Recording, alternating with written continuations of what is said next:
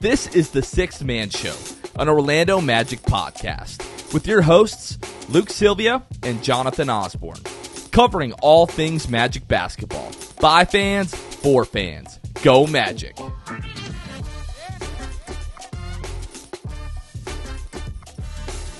What's going on, Orlando Magic fans? You guys are back with the Sixth Man Show. Today is May 1st, 2024. Jonathan Osborne here.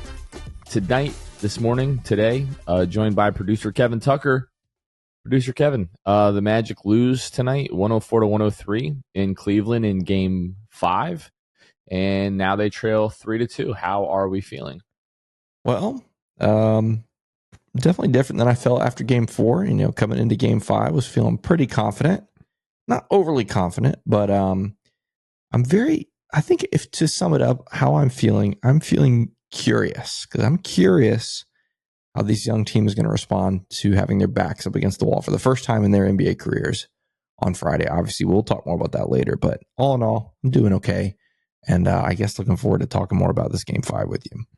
Yeah, it was a tough loss, obviously, but it just doesn't feel like the end of the world. Like I just can see the big picture, and like what Paolo Banchero and Franz Wagner have showed us in these last 3 games. Like, you just know that you have two guys that, like, in a playoff series, when you need them to have big games, they're capable of doing that. Now, have they been able to put consecutive games together? No. I think we'll talk a little bit about that.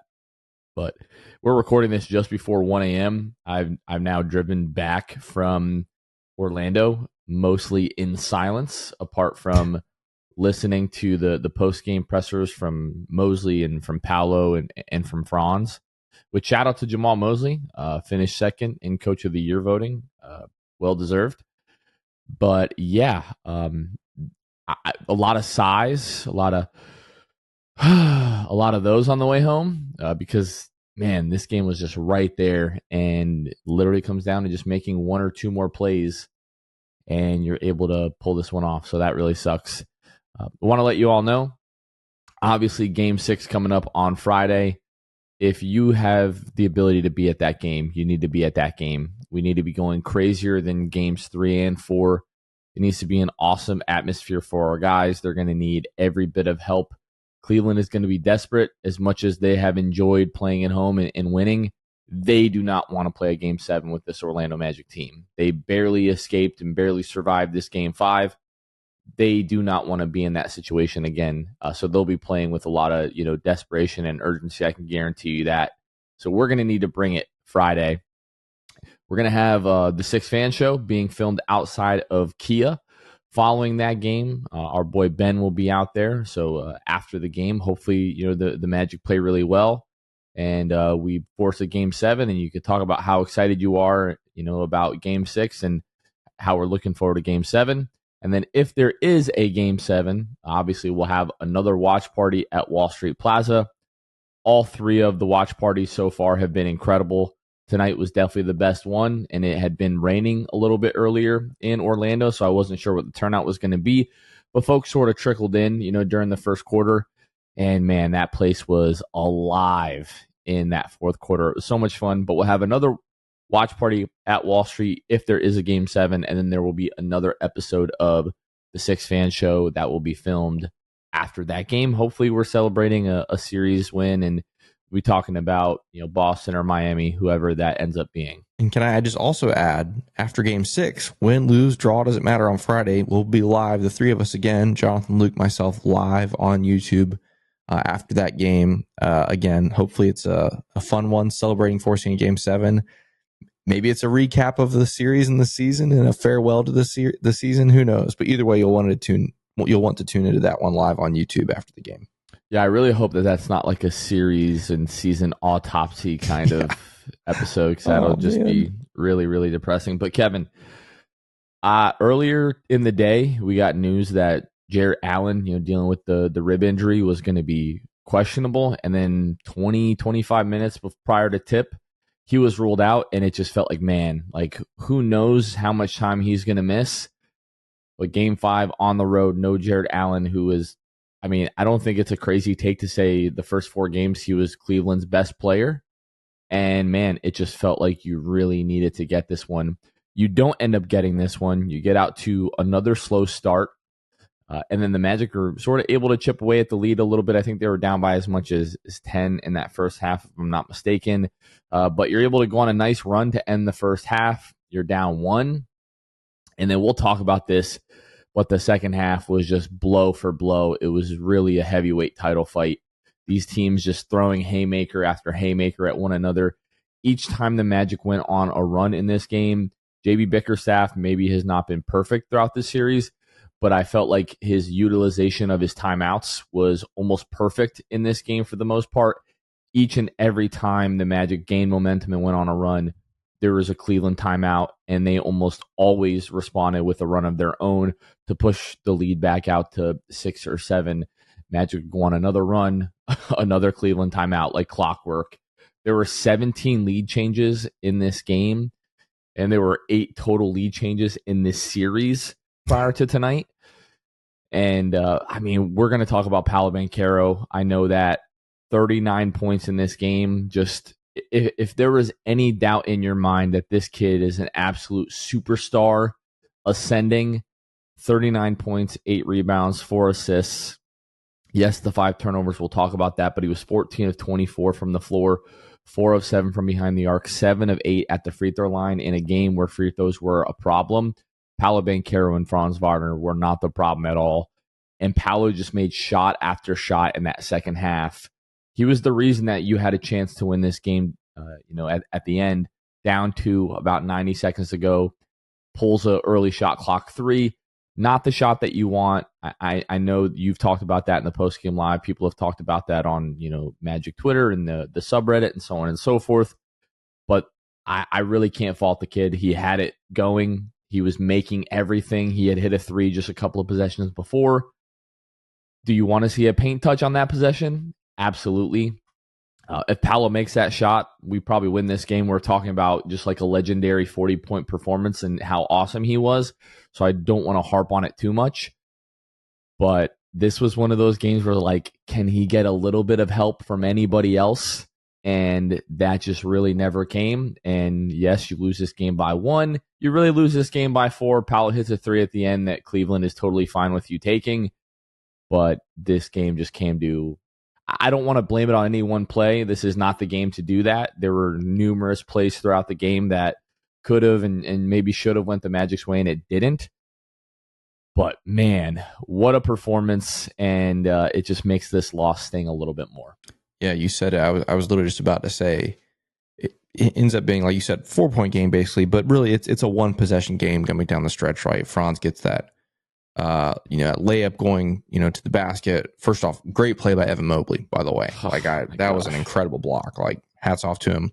What I was going to say was, you mentioned, like, there's not one play that you can pinpoint, like, that's where you lost the game. And that's 100% true. There's a lot of different moments that you could look at and different players that you could look at as maybe the reason why you just came a little bit short. One of them for me is like the end of that first quarter. I know you can't win a game in the first quarter, but you can lose it. But the end of that first quarter, dude, like, backbreaker. You get Cole Anthony gets a layup with like 54 seconds to go in the quarter. His only field goal, by the way. Then Darius Garland hits a triple.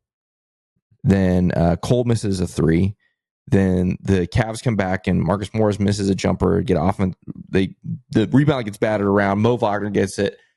Has that terrible pass, and they end up with a Karis LeVert 3. So it's a quick 6-0 run there for the Cavs to make it a 10-point game at the end of the fourth, or at the end of the first quarter, when it was just a 4-point game, just a mere seconds earlier. Like, a moment like that, like, again, you can't win a game in the first quarter. And not to say that's the moment that lost you the game, but when you look over a course of 48 minutes in a one-possession game, things like that can add up. Missed free throws. Mo missed a couple free throws. Things like that. Turnovers, you already talked about Paolo with the 5 turnovers. Again, a couple of them, like, it's hard, but we've been seeing these trends that happen over the course of an entire season. But, like, the jump passes, man, like, it's just brutal. It's brutal. It's hard to watch sometimes. Sometimes he gets away with it. Sometimes it's good. Even like the Wendell dump off, there late in the game. That was a jump pass. Like, he left his feet and he could see it happening and was able to do it. But sometimes, it doesn't always work out like that. So, yeah, different moments like that really hurt. And then, like I just mentioned, the play at the very end, Franz Wagner, I didn't hate that. Like, I know some people on Twitter, thought maybe he could have done something different. I didn't hate it. Maybe could he have gone with his left to try and give a little more space between him and Mobley? Sure. I think Franz legitimately thought he had a step. I thought he had a step. Like, I thought it was good. But, Mobley obviously has that wingspan and was able to make the play. So at the end of the day, that's an experienced Cavs team. The Cavs finally get something from Max Strus for the first time this entire series. He was a difference maker. Marcus Morris Sr. was a difference maker in this game. Guys that, have a lot of experience in the playoffs and in big games, and you'd expect them at some point to play well and to make a difference. And again, you'd expect this at some point in this series to finally have a close game. It finally happened. Magic came up literally a possession short in their first ever clutch playoff experience for all these guys. And so I'm not mad. I'm maybe a little bit sad, maybe a little bit, bummed, but I wouldn't say I'm mad. I'm not disappointed. The effort was there. The hustle was there. All of that was there. You just came up one or two plays short. Yeah, for me, what this really came down to is just a mix of Cleveland's experience and our lack of experience, right? Like, Cleveland is not only have like this team, together, like they've been through a playoff series last year, but you've got Max Strus, who has literally played in the NBA Finals. You have Donovan Mitchell, who has played in countless playoff series. Marcus Morris, who has played in multiple playoff series. Tristan Thompson, who has played in multiple NBA Finals. Like, their experience in your lack of experience. I mean, you lose Gary Harris for a good chunk of the second half in this game. Seems like anytime that Gary has had injuries like this, specifically like a hamstring injury, which is like a nagging type of injury, which always seems like the type of injury that Gary Harris is afflicted by. My guess is Gary is probably done for the series. Like, if he's back by Sunday, in the next 5 days from a hamstring strain, that would be a miracle. It would be nothing short of a miracle, just given his injury history and the way that he recovers from injuries like this. Gary's probably done for the series. But like, even before the injury, yes, he's giving you a lot defensively, but offensively, apart from, I think it was game 2 or game 3, Gary is like just giving you basically nothing offensively, which is really a shame. He's now been in like a 2 or 3 month long shooting slump when he had just been shooting the ball so well. So the drop off from Gary has killed you. We've talked about this, but playoffs, a lot of times, like playoff series, come down to role players, and role players just always tend to play better at home. And that's exactly what we have seen play out in this series, especially for the Magic, right? Like Jalen Suggs, Cole Anthony, Jonathan Isaac, a lot of those guys played really well offensively at home, and that hasn't exactly carried on the road for us. Like Jalen Suggs, 5 of 14, 0 of 5 from 3 tonight. He had some big plays in the second half. Like, he was a big part of the Magic sort of getting that lead. But it's just like, man, if you get a couple of those other shots to fall in, I don't want to make a big deal about Jalen offensively, because like Donovan Mitchell has not been good in this series, in large part due to Jalen Suggs just hounding him defensively full court each and every possession. So yes, we need a bit more from Jalen, but Jalen just may not be the guy that's going to be like the third scorer on this team. Like, as this team continues to evolve and they sort of shift pieces around, Jalen just might end up being like the fourth option offensively if you're able to get, I don't want to talk too much about free agency, but if you're able to get another scorer on this team, the pecking order should be Paolo, Franz, whatever other guy you're going to come in to score, and then probably Jalen Suggs. So he's probably being asked to do a bit too much offensively with this current team. But I mean, we could just go up and down the box score here. Cole Anthony, I know you mentioned it, 1 of 4, in 11.5 minutes. That's just not going to be good enough, right? For a guy that we probably need closer to 10 to 12 points a game in a series like this, especially when Markelle and Cole Anthony are, anytime they're being put in a pick and roll with Garland or with Donovan Mitchell, it's ending in either those guys getting a look at the rim or a dump off to one of their bigs for an easy dunk. And if those guys, like Markelle, I feel like had good moments tonight, 3 of 3 from the floor, 7 points, 2 rebounds, 3 assists, a steal, had 2 turnovers. He had some good finds, offensively. But if Markelle is just going to give you like subpar defense and 7 points in almost 15 minutes, I just don't see how you are going to play these guys extended minutes. And we had some minutes tonight of a Markelle, Cole Anthony, Joe Ingles lineup. And I'm just sitting here like, what are we doing? Like, our perimeter defense is just non-existent. And that's in large part why, Strus was able to be found for open threes. There were, plenty of dump offs to, Evan Mobley tonight. It's just, that's been an issue really throughout this series. Maybe not so much game 3 and 4 when the defense was literally perfect.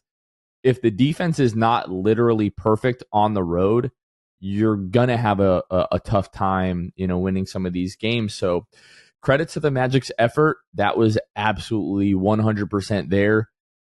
The lack of experience is showing itself, I think, maybe a little bit with Jamal Mosley and needing to have a shorter leash. Like, we have not really seen that many times throughout the regular season. We've seen it a bit with Markelle. I felt like in the first couple of games had that short leash. Okay, he just doesn't have it. I think, game 1, Markelle played like 6 minutes yeah, or something like that. That I feel like these games are getting more and more intense. Each possession feels bigger and bigger the further that we go into these series. And you just have to have a shorter leash on some of these guys. If it comes down to you having to play 8 guys, then you play 8 guys. Cleveland has certainly done that. Like Sam Merrill, 5 minutes, 41 seconds tonight. They tried to get him some looks. It wasn't working. So they were quick to sort of, pull that on him. Or even Niang not playing at all tonight. Niang not playing at all. Luke and I talked about that on the last episode. Like, hey, what are some of the things that Cleveland can do to try to, mix this up a bit? And that was like the first thing that I recommended, like just not playing Georges Niang, going a bit more with their veterans and Tristan Thompson, Marcus Morris. I think they did that to an extent tonight because you didn't have Jared Allen. JB Bickerstaff's hand was sort of forced in that regard. But yeah, like we made adjustments in game 3 and 4 going to Wendell in the starting lineup. Now JB Bickerstaff has made some adjustments. I'm guessing we've seen the last of Georges Niang. And now it feels like, hey, the ball is sort of swinging back to us. We need to make some adjustments. And if Markelle and Cole aren't on like 10 offensively, if they're getting cooked the way that they were tonight defensively, I just don't see how you play them. Yeah, for me, I mean, defense aside, whether they're playing all defense, level defense, or no defense at all, I don't think this team has a chance if Cole Anthony scores 2 points in any game. Like, Cole Anthony has this. Let me put it this way: this team has been structured in such a way that Cole Anthony has to be impactful offensively for that bench unit. That bench unit was so good all season long. Cole Anthony started the season really well. Obviously, fell off a cliff the rest of the way. Unfortunately, that has carried over into the postseason. And on nights like tonight, where the starting unit, you get 39 from Powell, obviously, an inefficient 14 from Franz, an inefficient 13 from Jalen, and nothing else really. Wendell got 7. But outside of that, your bench unit has to step up, which it did for large portions of the season. And the biggest offensive part of that is Cole Anthony. And so a night like tonight, or really a series like this, because it's not just tonight. I mean, Cole has had good moments, especially at home, but by and large has not been an impactful player in this series for this team. And that's never going to get it done, right? Like 2 points for Cole. I think a lot of people love Cole. We know what he can bring off the bench. We obviously haven't seen that over the last 2/3 of the season. And so on a night like tonight, I was really hoping Cole would have a big game. I don't know if it's just the Cavs are a terrible matchup because they don't allow him to get into paint as much. Obviously, he's a smaller guard, and that hasn't opened up the rest of his offensive game or what it is. But yeah, 2 points for Cole is never going to do it. And yeah, Markelle, I mean, yeah, he got cooked a lot. Got cooked a lot on the defensive end, him and Cole. And so that was really difficult to watch. And then going back to the 3-pointers, I mean, the first half, J.I. had a couple wide open ones. Couldn't get it to go. Mo Wagner had an open one. Cole had an open one. And obviously Jalen Suggs, 5 of them over the course of the game. You get any 1 or 2 of those to go, and this is a different conversation. But yeah, what's the most interesting to me, I think, from this, and something I think the Magic will take away from this game, is that in spite of everything that I just mentioned, in spite of all of that, you lose this game by a possession or two, right? Like going up and down the box score outside of Paolo, nobody was that great, especially offensively, and you still only lose this game by 1 or 2 possessions, right?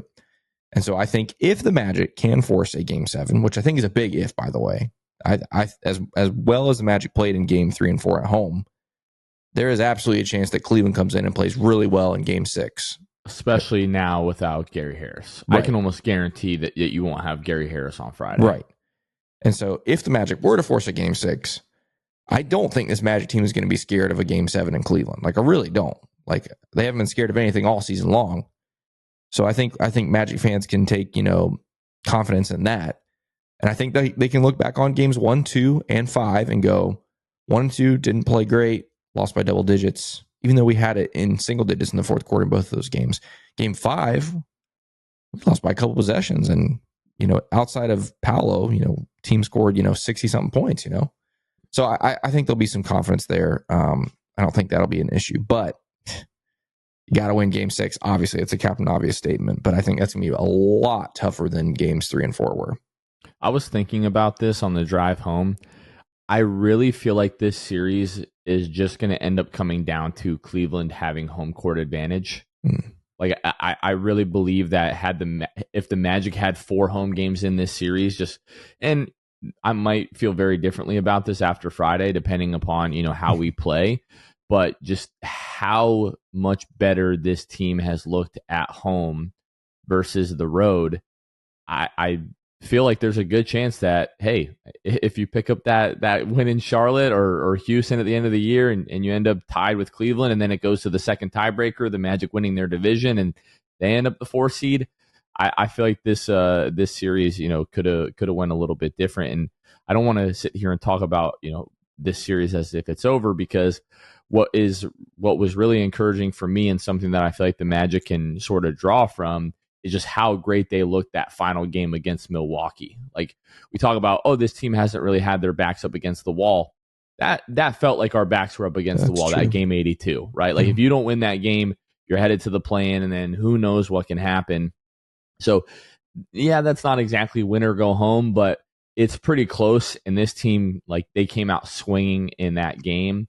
So I'm feeling as confident as you can going into a game 6, and this is just really uncharted territory for this team. Who, we've talked about their lack of experience, but I feel about as good as I could following this game, because you were right there. You make a few more plays, you get this win in Cleveland, and then you're coming home with a chance to clinch on Friday. And as we've said, you're a couple of possessions away from that being the reality. Now, that's not our reality. How bad does this team, want this to go to a game 7 and sort of extending their season? Regardless of what happens the next couple of games, I'm just so proud of this team, the way that they played specifically tonight, the way they played all season, the way that they've just really overachieved and exceeded everyone's expectations. We talked about this after those 2 wins in Orlando. We're playing with house money, right? Like, all we could ask for is, like, don't lose in 4, don't lose in 5. If it ends up going to 6, like, the flaws of this team, the fatal flaws of this team have been made very apparent. If you lose this series, it was literally because you could not knock down 3-pointers and free throws. Should be really apparent to this front office. You have Paolo, you have Franz, you have another great piece in Jalen Suggs. There are a few other guys that you probably want to, keep around for, continuity and that are still really nice pieces. But what you need to address to really be able to take this team to the next step. So I've been really encouraged from what we've seen throughout this series. I was encouraged by what we saw tonight. I am terrified of a game 7 in Cleveland, just because you haven't looked great in Cleveland. You just haven't. You were able to sort of muck this game up just enough to keep the Cavs within arm's length. It didn't feel like they played that well. They shot 43% from behind the arc, 35% or 43% from the floor, and 35% from behind the arc. They only had 10 turnovers. I think maybe that's like the biggest positive that you can take away from the Cavs offensively. But the Magic just were able to sort of muck up this game a bit. This game 5 is closer to what I thought we would see from the first 4 games. And it took us to get to game 5 for everything to sort of come back to where we thought everything would fall. But yeah. All right, let's go ahead and take a quick break. Kevin, I know that we've got some other things to talk about, sort of, big picture, with this series and some other things that we're going to need to keep an eye on. But I want to take a quick second to give our patrons a very special shout out. We have a brand new patron, actually. Shout out to Suggs Muggs, who joined at our Hall of Fame tier. Anytime we have a brand new patron, we give them a very special shout out, and we give a special shout out to all of our Hall of Fame and Elite tier patrons. If you would like a shout out like that, you can find us at patreon.com/the6man show, where you can join at any of our tiers starting at $2 a month if you just want to help support the show. And then we have additional tiers that have additional benefits as well. We're going to start by shouting out our friends over at Court Cousins, and then Drew Gooden, Armin, Carson Tulo, Ellis, Jonathan Borges, Normal Magic Player History, Gabe Gaines, Wiffle, Michael Martin, Jamel Miller, Michael Salapong, Donkey Punch Dave, Paolo and Francis, Warren, Pierre A, Dylan Holden, Mr. Mikey, Danimal, Bobby Skinner, Goody 93, Teddy Sylvia, Eric Lopez, Fuchsia, Bill Fulton, Edmund Lagone, Jose Squealing, Caleb Pete, Cannibalism, Time, Mr. TV, ESPN Really Sucks, Gear 95, Shred, Junior Bruce, Half Freakin, Shahan 177, Obi the Don, Himlo Ben Himro, R Improv 221, Ray Pastrana, Magic Kid 714, Mysterious Mosley, Victor Cologne, Irish Magic Mike, Austin Lampe, Random Hustle, Only Franz Maria, Keith Loss, Fritz Currency Kev, Brub Sal, Casey Green, Santi Leon, Kane Eckler, The Distract, Ahmad Simsa, Chantu, Tom Gadsden, Deader, Richard Tuttle, Jeremiah Quintero, Magic Wire, Debo 1980, Magic Matt, Michael Thompson, Mama Richmond, Next Napa, What's Up Playoffs 2024, Dylan Fay, Sammy, David Duff, Smith Sheeks, Bueno Times, Stantino 1995, and Suggs Muggs. Again, you can find us and join the Patreon at patreon.com/the6man show. Also want to shout out our friends at Jam Hot Chicken. Jam Hot Chicken is an awesome hot chicken location there in Winter Park at 400 West New England Avenue. Not only are they big fans of the Six Man Show, they're gigantic Orlando Magic fans. Literally, what was it, game 3? They literally closed down early so that their employees could go to the game there in Orlando at game 3. It's an awesome place, and I promise you guys, you will not regret going to check them out. If you've never been before, we always advise people, just as they do, whatever you think your spice level is, like your level of comfort is, go a level down because they don't mess around with the spice. So if you think you like hot, go ahead and just try the mild first and see how that goes. But anyway, it's awesome. We're big fans of Jam Hot Chicken. Quite literally the best chicken in Central Florida, whether it's hot or not. Even if you get no spice, just a plain, it's awesome. I highly recommend the box. It's the best thing there. I think fries, slaw, pickles, chicken, comeback sauce, all the good stuff, all in one little box. But anyway, whatever you get, just be sure you check out Jam Hot Chicken in Winter Park. Kevin, it doesn't look like you're going to have Gary Harris, here in Game 6. Obviously, Jamal Mosley, after the game, said they're going to wait until they get back to Orlando, do some imaging, and evaluate Gary. But a hamstring strain, he left the game, wasn't able to return. Again, just given his history, he does not bounce back from injuries like this very quickly. If you don't have Gary for Game 6, Kevin, what do you think that does to the Magic's odds to win that game? And what do you think Jamal Mosley does with the lineup? Oh, man. I'll answer. Okay, I'm just going to say this.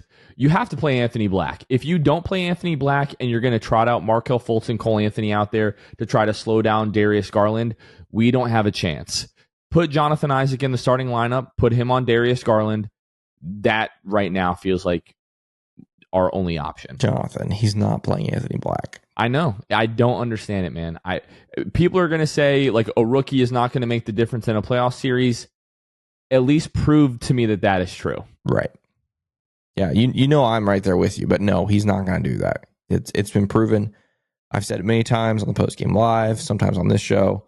I love Jamal Mosley. I hope he's the coach of this team for a long time. I just don't understand why Anthony Black doesn't play, especially moments like this, right? Like I will never understand it. I won't. And again, I don't know if that's him. I don't know if that's Jeff Weltman. I have no idea. But regardless, I think it'd be great to see Anthony Black. Honestly, in the starting lineup, maybe even. Like, why not throw him at Darius Garland / Donovan Mitchell for 15 minutes of this game? Maybe he doesn't end the game. Maybe Cole or Markelle ends the game. But what's really crazy is if I were a betting man and I was given like, okay, you have to put money down. He's either going to start, and there's other options, but let's just say if you had to pick, Jamal Mosley's either going to start Anthony Black or Caleb Houston. I'd have to put all my money on Caleb Houston. It would be because he would. Houston, man. He's proven it before. He would start Caleb Houston over Anthony Black, just in this kind of situation. It's messed up. Regardless, what do I think will happen? Will he start J.I. and break up that bench unit in that way when it has been proven over the course of 5 games that you got to break it up somehow? I know, but I don't know. I feel like he's going to start Markelle. That's what I think. I think it's going to be Markelle and Jalen. That's my prediction. Yep. As far as what it'll do to this game, I don't even know what to think. I'll be honest. I have a pretty bleak outlook on Game 6, which stinks. But I don't know. I just feel like I think odds are they'll get Jared Allen back. I mean, you get 2 extra days here to rest. I think he'll be back. You're not going to have Gary Harris. And I don't know. Donovan Mitchell's due for a really good game. Hasn't had that, especially in Orlando. Now, can the Magic play up to that level and prevent that from happening? Or even if he does have a really good game, can the Magic do enough to overcome that? Yeah, I think so. But in my mind, I just feel like the fairy tale is closer to the end than it has been yet. And I hate that feeling. Maybe I'm just being too pessimistic, but will that have an impact, Gary being out? I don't know. But we'll see. I mean, this team has proven me wrong many, many times this season. So I would love nothing more than to be proven wrong again on Friday. Yeah, I think the thing that is allowing me to hold on to hope is just how much better a lot of the guys looked offensively at home, particularly Jalen Suggs. Honestly, like, this sounds crazy, but I'm not all that worried about Donovan Mitchell because Jalen has done such a great job. Like, if he's just going to knock down tough shots, then so be it. But right. I'm confident that Jalen is going to make it as tough as possible on Donovan Mitchell. The big thing is just going to be, what do you do with Darius Garland? Because if Donovan Mitchell is knocking down tough shots and Darius Garland is really just doing whatever he wants, that is going to open up things for Evan Mobley and for Strus and for Jared Allen if he's able to return. That, to me, that is the element that you can let one of those guys go crazy. You cannot let both of them go crazy because then it's just going to open up everything for everybody else, especially with Garland's ability to play make. This is potentially the last game of the season. To me, you've got to empty the clip, right? If something isn't something isn't working, you have to keep trying to find something that works. And I just feel like Anthony Black has earned this type of moment. Each and every time he's been called upon this season, more often than not, the kid has come in and has made an impact and has made winning plays and has contributed to winning. And it's not because somebody else is playing badly. Like, this shouldn't be a political thing. Look, Gary Harris is injured. We don't want to disrupt this entire bench unit with moving either Markelle Fultz, Cole Anthony, or Jonathan Isaac into the starting lineup. So look, we're going to put Anthony Black into the starting lineup. Gary Harris isn't knocking down threes anyways. So if you're concerned with Anthony Black maybe not being perceived as a shooter, like, when was the last time Caleb Houston had a good game? Like, I just don't know what we're really arguing here. Like, to me, it's such an easy choice to put Anthony Black into the starting lineup. And it makes me sick that as I say that, I'm almost positive that it's not going to happen. I would love to be pleasantly surprised here, but Jamal Mosley has just been given so many opportunities to, like, give the keys to the young kid and say, hey, man, you've earned this. Go out there and make some plays for us. And I will never understand why Anthony Black has not been given the opportunity. 100% agree. The only thing I'll add is Jonathan knows I like to daydream, right? Like, my mind wanders sometimes during the day, and I send these guys these ridiculous texts. But as you're talking, I'm just sitting here picturing Caleb Houston starting and going like 4 of 6 from 3, and it's like the Caleb game. I would love nothing Forces more than game that. 7. Oh man, bring that on. I think it's possible he starts. I really do. Like, he started in other moments late in this season to not good results. Obviously, he, like you said, hasn't shot the ball well. especially down the stretch. Those last several games of the season when, not several games of the season, but during the last third of the season when he was given starts, he didn't shoot the ball well. But I mean, he's a shooter. Shooter's going to shoot. If he gets those open looks that Gary gets, who knows? He might be able to knock down a couple and get going. So very, very intrigued to see what happens. The only other thing I'll add to this, Jonathan, I know obviously historically Gary has not bounced back from injuries like this quickly, / the medical and training staff have not allowed him to come back from it quickly. However, this is the playoffs, right? Like, if it's not a serious injury, if he feels even like 80%, there's a good chance he's going to go for it. Now, do I think he will be at that level? I don't know.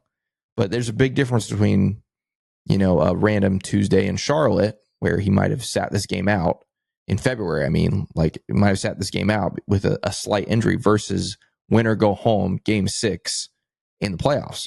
Who knows? Again, I'm not going to sit here and say I think it's probable. But I wouldn't be shocked if it was like Gary Harris is playing on Friday, just because, obviously the gravity of the situation and he knows how important he is to this team, even though he's not knocking down shots. So anyway, I just wouldn't be shocked. I wouldn't be shocked. It's the playoffs. You never know. If it was almost any other injury, yeah, I would be a bit more confident. But the hamstrings, just like historically, is such a hard thing to bounce back from, like, relatively quickly. So yep. Again, I would love to be pleasantly surprised if Gary is able to go on Friday, because that would alleviate a lot of the questions and the discussion that we just had with him. But yeah, I don't really feel great about that. I do just want to take a minute again to talk about Paolo Banchero and just how phenomenal he was. It's crazy that now we're at the point where you're almost expecting performances like this, where like he takes an 18-foot contested fall away jumper and you're like, there's a relatively good chance that that's going to go in. And it's crazy because a lot of times, like, oh, this isn't a good shot. You're like, oh my, okay, he made it again. A couple of possessions later, oh, that's a bad shot. Oh, he made it again. And he just sort of keeps making those. We just have a superstar on our hands. I don't know any other way to put it. I feel like at times we've said that this year and like half tongue in cheek, and maybe there's a little bit of bias behind that. I'm so far past that. Like, this kid is one of the best up and coming players in the league. When we talk about needing, a top 5-10 player in the NBA to eventually win an NBA title, I'm all in on Paolo Banchero eventually being able to be that type of guy. As long as he can eliminate the jump pass, we're going to be just fine. Honestly. Yeah. He was just like, sensational is not a good enough adjective for how good he was tonight. 21-year-olds don't do what he did tonight. And this isn't a one-off. I mean, he just did this in game 3. His first playoff experience and against a team that's pretty dang good defensively too, right? This is not some, walkover like first half of the season Indiana Pacers team that, gives up 127 a game or whatever it was. Like, it's a good defensive team for all their flaws offensively and otherwise, coaching, all that stuff. Cleveland, that's a good defensive team. So he's doing that, shot 4 of 7 from 3, only missed 1 free throw tonight. I mean, again, 21-year-olds don't do what he's doing. It's really, really special. And nights like this, and we'll have a lot of time to talk about the offseason, a lot of time. But the only thing I'll say about it is this. Nights like this are the reason, like, I go, no, I don't want Paul George. No, I don't want fill in the blank, whatever superstar that some people want to come into this team and help this team be better next season. I don't want any of those, because all they're going to do is take opportunities for growth away from Paolo Banchero. And I don't want that. I'm okay with being a 45 to 50 win team for the next couple of years as he gets better and better, as Franz gets better and better, as Jalen gets better and better, and all those things. I'm okay with being a middle of the pack playoff playoff team in the Eastern Conference as he continues to grow. And then one day when he gets in that 24, 25, 26, 27-year-old range, when he is in his prime, that's when we go for it. That's when we go for it, when he's there. And again, the fact that he's doing these things at 21 years old, it's hard. It's hard for me to like wrap my brain around it. Not just as like a basketball fan in general, because I mean, he's doing things that like he's doing stuff that like LeBron has done and Luka has done and Magic Johnson has done, and there's only a couple other guys, right? Not only because of that, but because I'm an Orlando Magic fan, and this doesn't happen to us, right? We get Shaq. This is before my time, right? You get Shaq, and obviously Shaq was one of these type of players. Like, this guy is doing things at his age that we've not seen before, and he was a cornerstone for this franchise for a handful of years. Obviously, everyone wishes it was longer. T-Mac happens. That wasn't a player you drafted. That's a player you acquired. And obviously a great scorer and all those things. Dwight happens. And it took a little bit of time, but you realize what you have. We've realized this from day one with Paolo. And the fact that this is year 2 in the NBA, his second year, he's dropping 39-8-4 on the road against a good defensive team efficiently.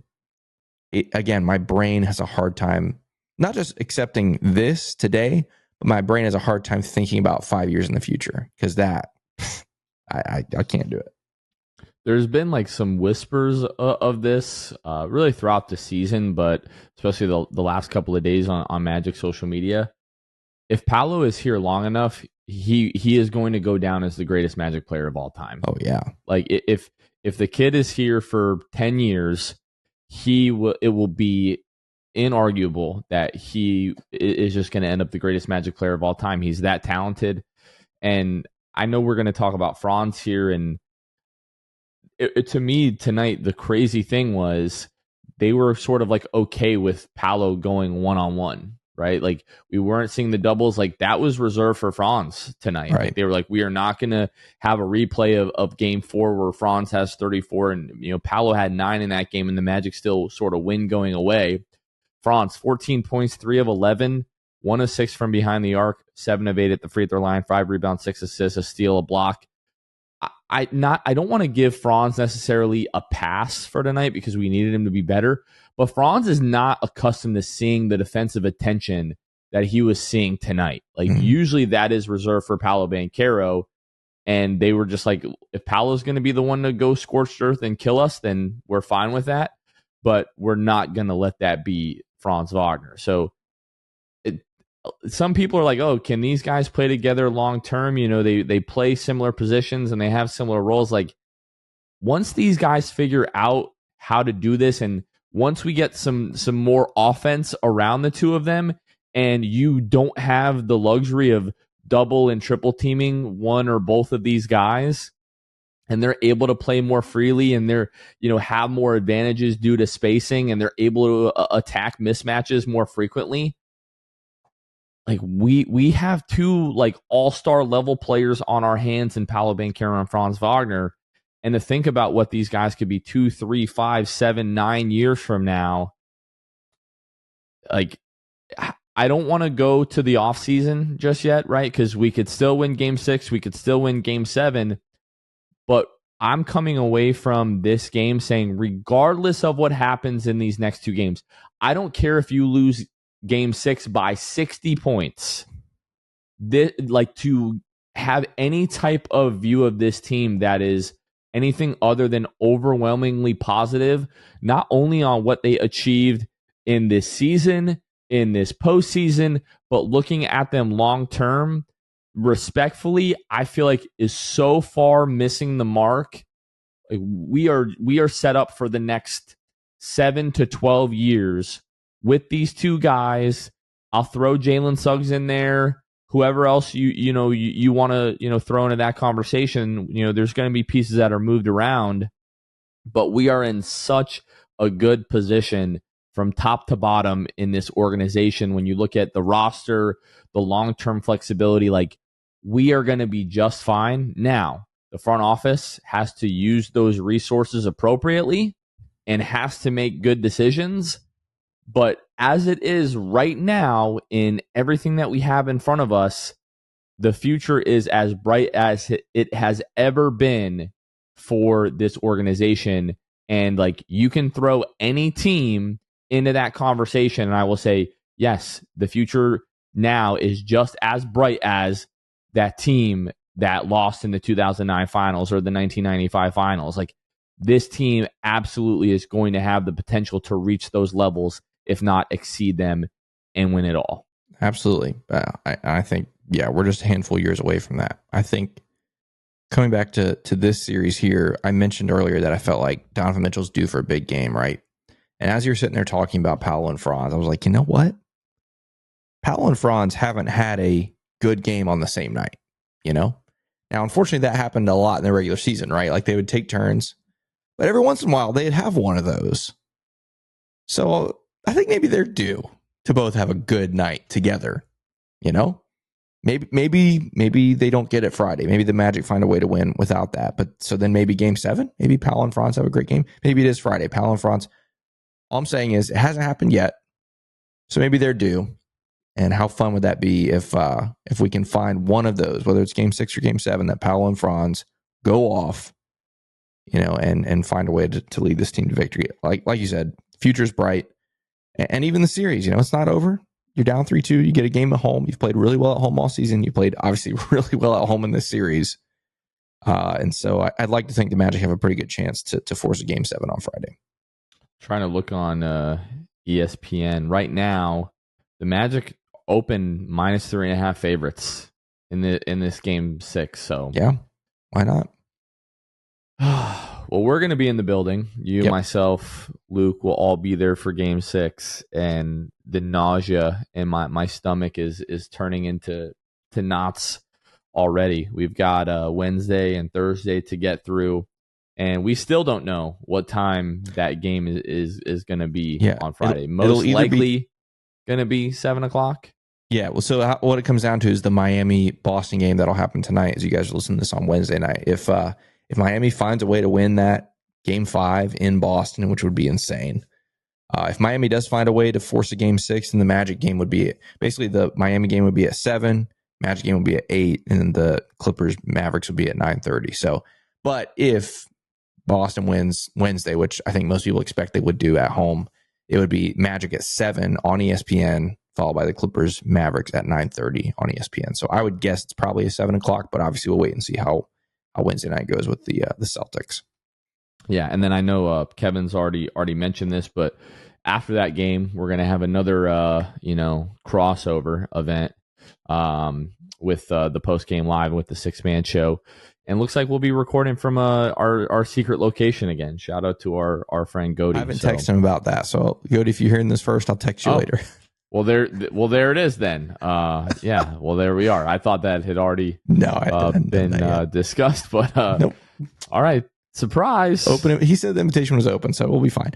I just got to add one more thing about Friday, if you don't mind, about this game. I don't. I think the Magic have a chance, obviously, to win this game. Vegas does too, and I think that's totally fair. I think the Magic. If I were a betting man, I had to put money down, I would probably lean towards the Magic. But here's what I will say. If you're going to that game, which I hope you are, I know there's going to be a nervous energy, which makes sense. I'm going to be nervous, but I'm going to be energetic. We're going to bring the noise. We're going to do all that stuff. Whether the Magic win by 60, win by 1, lose by 1, lose by 60, I would just love for our fan base to stick around and cheer this team off the floor. Because whether they win it and it's a game 7, and they force a game 7, or whether they lose it and the season is over, it could be the last time you see this team this year. And for as magical and special of a season as this was, again, even if we lose on Friday, I think it would just be so powerful, meaningful, impactful for us as fans and for the team to experience just like cheering this team off the court, right? Again, I don't care if we lose by 60. I hope that Magic fans can find it within themselves not to leave early, not to whatever, and just enjoy the moment, celebrate this team. They deserve it. They deserve, again, if we lose by 60, I don't care. They deserve to be cheered off the floor Friday night. And hopefully it's the opposite reason. Hopefully we blow them out by 60 and we get to cheer them off the floor that way. But that's my plea to Magic fans. If you're still listening to this 50 minutes into the show, you're a real one. You're a diehard. If you're there on Friday, we're going to bring the noise. It's going to be awesome. But once the game is over, let's get excited for this team. It was never about this season, right? It was never about this season. It's all about the future. And a night like Friday, win, lose, or draw, whatever, that can continue to lay the foundation, for the positive energy, the positive vibes that Magic fans have shared all season long. So anyway, I'm excited for Friday. I think the Magic can win. I think the 6th man could literally be a part of that. And so I'll see you there on Friday, Jonathan. It'll be fun. Yeah, you know how I feel just in general about people leaving sporting events early. I've never understood that, but that's a fantastic point. Like, last couple of minutes, if it's imminent that the Magic are going to lose and their series is going to end, this team deserves for you to stick around an extra 10, 15, 20, 30 minutes, whatever it is, just to let them know how thankful we are for this season. And to Kevin's point, this is the last time that you could see this team for this season. And as it's currently constructed, this could be the last time that we see this group of guys together. Like, think about that. As much as the vibes have been great and, we love all of these guys and we love that they're all friends, and at some point, guys are going to be moved. We've talked about that, all season long. And, there's a chance that Game 6 could be the last time that we see all of these guys together. And I agree with Kevin. I think it would be really, really special to cheer them off the floor and just let them know how much we appreciate them. So, but let's make sure that it's not the last one. Friday, win Game 6, earn Game 7. Whatever happens, happens. Looking forward to it. We talked about post-game live, 6-man show after Game 6. There's going to be a 6-fan show filmed outside of Kia, Game 6. Watch party at Wall Street, if necessary, for Game 7. And then a 6-fan show filmed and post-game live, 6-man show, all that stuff filmed after Game 7 as well. And hopefully we're talking about a Boston or Miami series here in the next few days, and instead of a long summer, Kevin. Yeah, man, it's going to be something. We're going to bring the noise, we're going to bring the energy on Friday, and hope it's enough to push this team ahead to a Game 7. Man, imagine Game 7 Sunday. Again, if that Boston series ends in 6, Game 7 on Sunday will be at 1 p.m. on ABC. When was the last time the Magic were on ABC? Honestly, this is the first time the Magic have had a Game 6 since 2011, 13 years since a Game 6. Like, this is not just uncharted territory for the team, it's uncharted territory for a lot of us. Like, how many Magic fans weren't even watching basketball in 2011? It's kind of crazy. Anyway, it's exciting. Hope we can do it on Friday and force a Game 7 on Sunday. All right, that's going to do it for this one. Thank you all for listening. For producer Kevin Tucker, this has been Jonathan Osborne. You all have been listening to the 6-Man Show, and we will catch you guys next time. See ya. Thanks for listening to the 6th Man Show. Be sure to subscribe on iTunes and Spotify to get new episodes downloaded directly to your phone. If you enjoyed the show, please take a minute to give us a 5-star rating and a review. It helps out the show a lot. Follow us on Twitter, Instagram, and Facebook at 6th Man Show. We'll catch you guys next time. Go Magic!